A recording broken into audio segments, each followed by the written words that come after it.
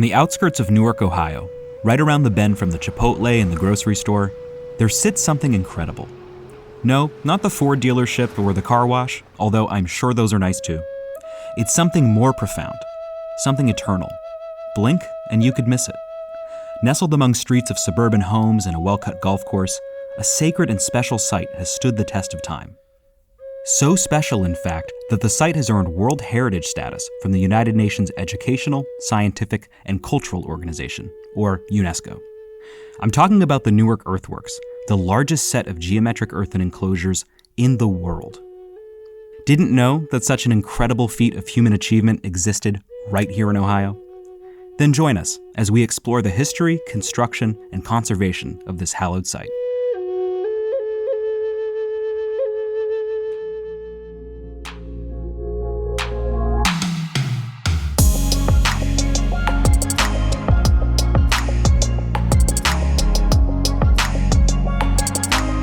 I'm Jacob Carosa, and you're listening to Now at Ohio State. We talk with researchers, innovators, and bold thinkers who look at our world, see what the real challenges are, and create the solutions that people need now. So what does it mean to be a World Heritage Site? By earning such a status, the Newark Earthworks joins the ranks of other sites and structures, such as the pyramids in Egypt, the Great Barrier Reef, the Taj Mahal, and more. And according to John Lau, the Newark Earthworks definitely belongs in that category. Lau is a professor at Ohio State's Newark campus, and he's also a citizen of the Pokagon Band of Potawatomi Indians. He has a vast interest and incredibly personal connection with the mounds. As they tour the grounds and later settle into the Great Circle Museum, our Franny Lazarus talks with Lau about this history of the earthworks, what we've learned from them, and what we can continue to learn from this deeply spiritual site. I was hoping we could start with, if you could describe for people where we are and what's in front of us. Sure. So, we're at the entrance, which faces the east, almost all dangerous to oversimplify, but Indians across North America, many of them recognize the four directions, and east being where the day begins. To give your listeners a sense of how big it is, it's a circle, and it has earthworks that surround it that are about 15, 20 feet high. There's I suppose what you could call a moat on the inside of the circle, and part of that was a borrow pit. There's also a borrow pit over by the parking lot, that depression over there. Borrow pits mean they basically were borrowing the dirt from there to put on the walls of the earthworks. So this is the Great Circle, and it was built about 2,000 years ago by, I call it Hopewell era people. Hopewell, of course, is a name that was applied onto them by settler colonists. We don't know what they call themselves. I don't call them a Hopewell culture because we don't know how they were organized, whether they were many tribal nations all involved. I'd liken it to, well, there's cathedrals in Spain, France, Germany, England, Ukraine, Sweden. It doesn't mean they're all the same people. I like the fact that these were built, as far as we can tell, these peoples in this era, all of them seem to appear to be egalitarian. There were no monarchy, no theocracy, no rulers in the ruled, no serfs. Everybody was basically equal and served their functions within the community. So this wouldn't have been built by serfs or slaves or peons. They would have been built by the community. What would this have been used for? As a ethno-historian, besides a tribal elder, I was trained in my graduate work in ethnohistory, which does upstreaming, which basically we look at what Indians do today and see what makes sense for what we speculate about what might have been done in the past. Obviously, to me, this looks like a powwow ground, looks like a huge powwow ground. And what else would have been going on here? Ceremonies, dancing, naming ceremonies for infants, perhaps funerals before the deceased was interred north of here at the ellipse. Let's talk about the UNESCO designation. Sure. What does that mean to you? I think it's really exciting. It confirms what many of us around here, native and non-native, already knew, is that these places, Newark Earthworks and the other Hopewell era places in Ohio, are right up there with Machu Picchu, with the Acropolis, with the Colosseum, with Stonehenge, with Taj Mahal, as far as celebrating human intellect, sophistication. And so it's sort of like it's recognition that it was appropriate and due. And so I'm glad for that. And I hope that as it progresses, that there will be indigenous voices that will be tapped and listened to and incorporated. What does that mean for Ohio State and the university community? It means a lot. It means that the people who had the vision of creating the Newark Earthworks Center in 2007, I think it was, were definitely onto something. They knew how important this is to not just the community, not just to the university, but to the world. And a designation now is sort of the culmination of one long journey that certainly the Newark Earthworks Center and Ohio State participated in, along with many other partners, most notably, of course, the Ohio History Connection. But it's the end of that journey, but it's the beginning of another journey about how to present it, how to manage it, develop it. And so it's an opportunity for Ohio State, certainly with the Newark Earthworks Center. We want to contribute to what's going on here. But frankly, we also want to contribute to the experiences of students, faculty, and staff at the regional campus. That's one of our missions. And thirdly, we want to connect and continue to connect with tribal nations that were displaced, that have an interest in coming back to these lands. Certainly, these lands historically were Shawnee and Wyandotte, and some Miami were the primary tribes, but there are 42 tribes connected to Ohio that still exist to this day. And we want to reach out to all of them and really make it a place where it's a collaborative effort that celebrates indigenous ingenuity of the past, but also celebrates the potentials for cooperation, collaboration, partnership in the future. So Don, as I understand it, there were mounds like this all over the state of Ohio, and now there are very few of them. Why is that?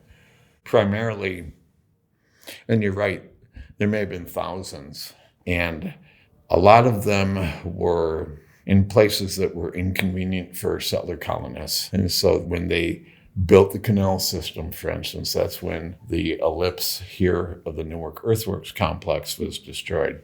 And then they built railroads that destroyed parts of the mountains too. Agriculture, they tended to plow them down, dismantle them and plow them down to make flat land, And so it is understandable in a way that people are going to use the environment for the needs that they have. I guess I tend to look more on the bright side of, we do have some that remain, some really important ones that remain. And so that's a really good thing. And so I focus on those that survive. You talked before about how instead of building up, the builders wanted to stay close to the earth. Yes. Can you talk about that, son? Absolutely. So the Hopewell era people beat the wonderful architect Frank Lloyd Wright by 2,000 years, the idea of embracing the earth. Frank Lloyd Wright, a genius, created all of these structures that embrace the earth. He wasn't concerned with how tall, but how it related to and connected to the environment around it. You think of falling waters, and other places. The Hopewell era people had the same idea. 2,000 years ago, they were building these sites, all of the Hopewell era sites in Ohio, to embrace their mother, to embrace the earth, to embrace the gifts that come from the earth, to celebrate that, and to remind them to stay connected to the earth. John, why is it important for people to come here and experience the earthworks? Well, from my perspective, it's a bit of a pride thing that I love having people know about this legacy of my ancestors. Most indigenous people's ancestors contributed to the building of this. Our DNA is spread out so far. Most Native people have a connection to the builders here.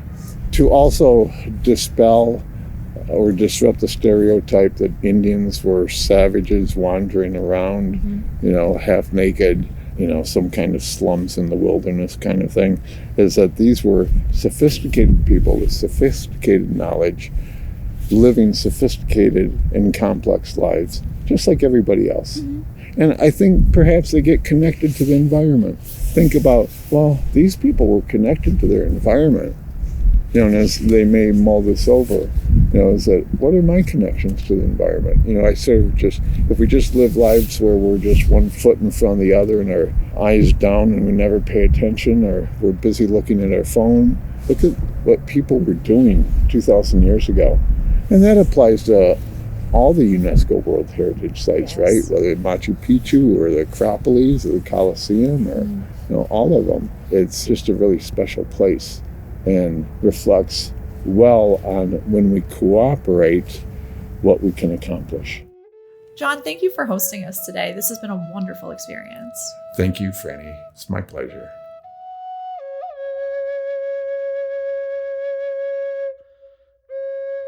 Let's be clear. Earning World Heritage Site status is no easy feat. The earthworks have a rocky past, too.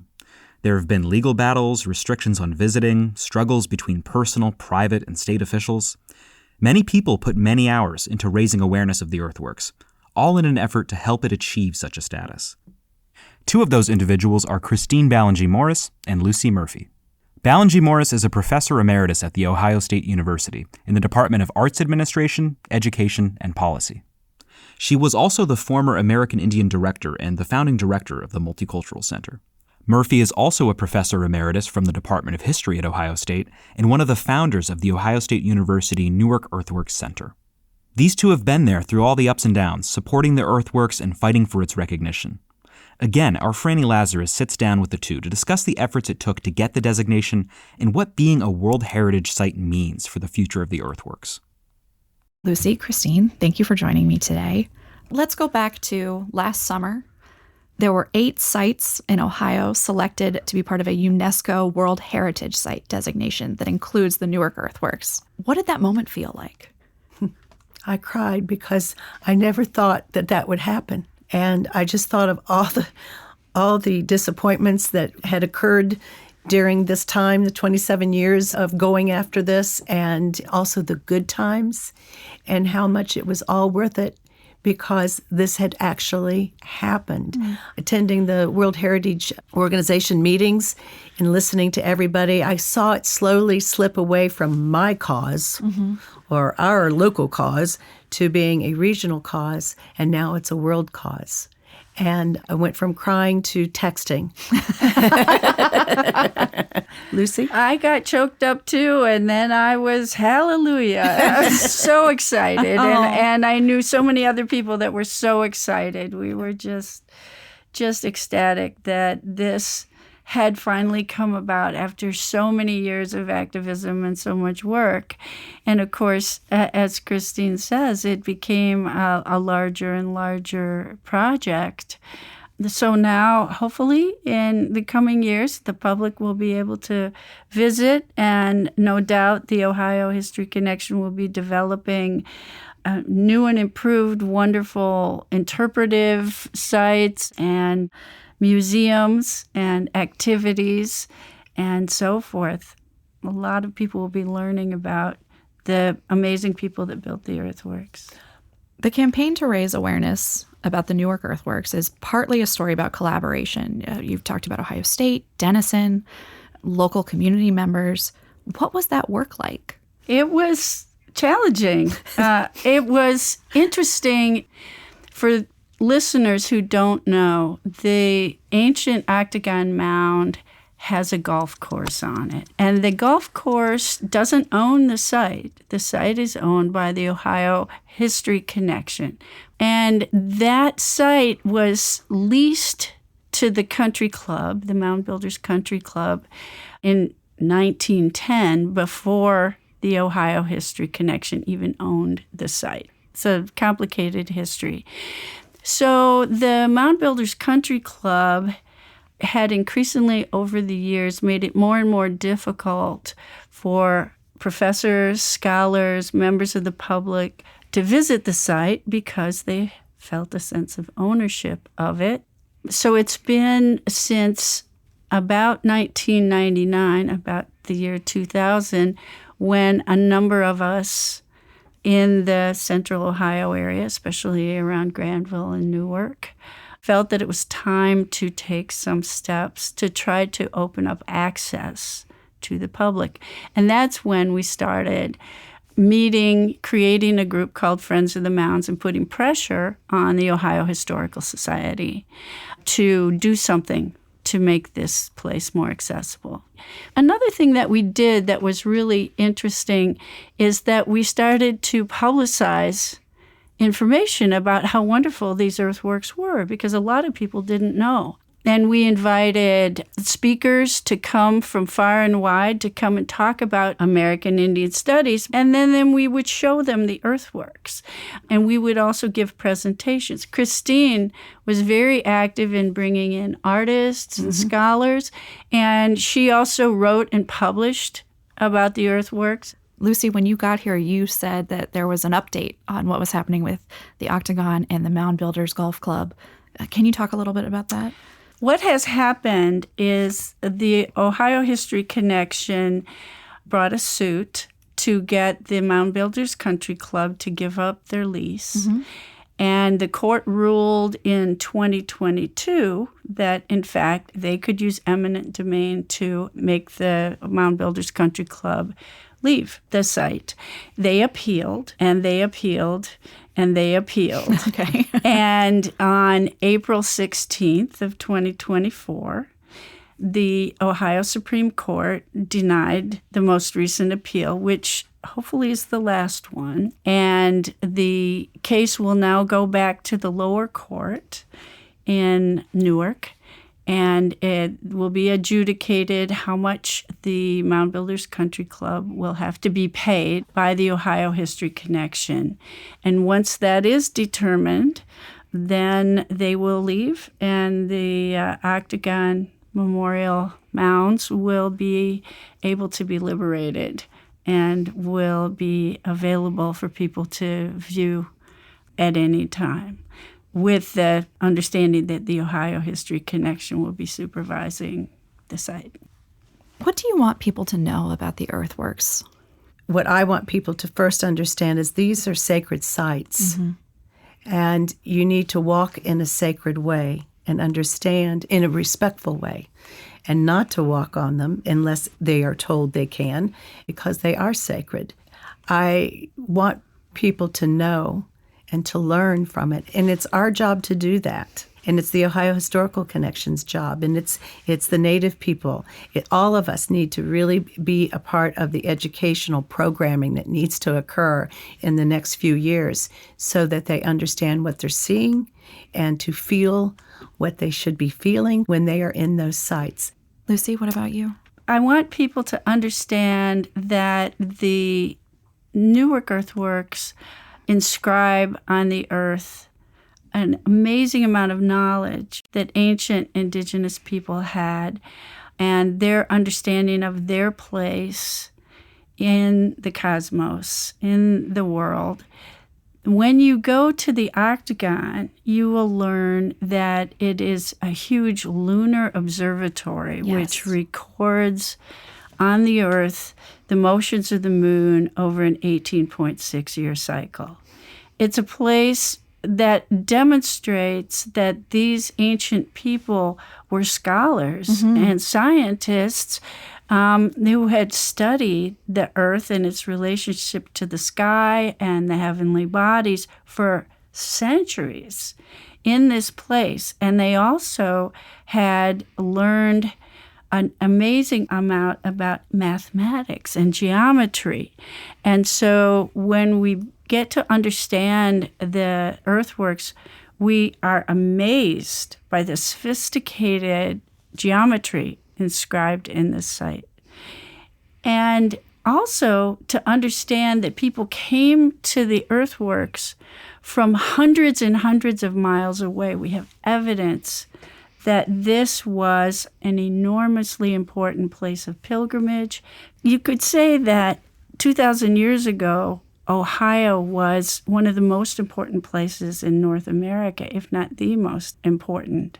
The earthworks are placed by waterways, and the people that was the highways at the time, was the waterways. And it makes sense if you're going there for ceremonies and so on that you would be near water, because you need water, you need the fish. And those waters, for the most part, are still there.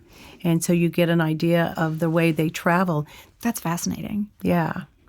And of course, the people who built the earthworks, they didn't have backhoes, they didn't have horses. Right.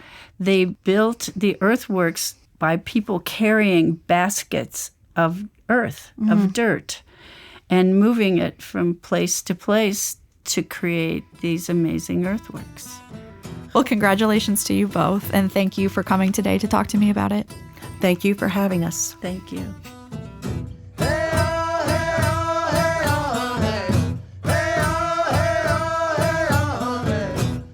World Heritage Site right here in Ohio. Absolutely incredible.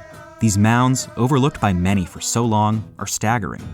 The time it took to build them, the dedication, all of the sacred and meaningful rituals. No wonder there are so many dedicated to their preservation, to their history. Because not only do these mounds connect us with our past, our present, and our future, they connect us to the ground below our feet and the stars above our heads. And maybe most importantly, they connect us to each other.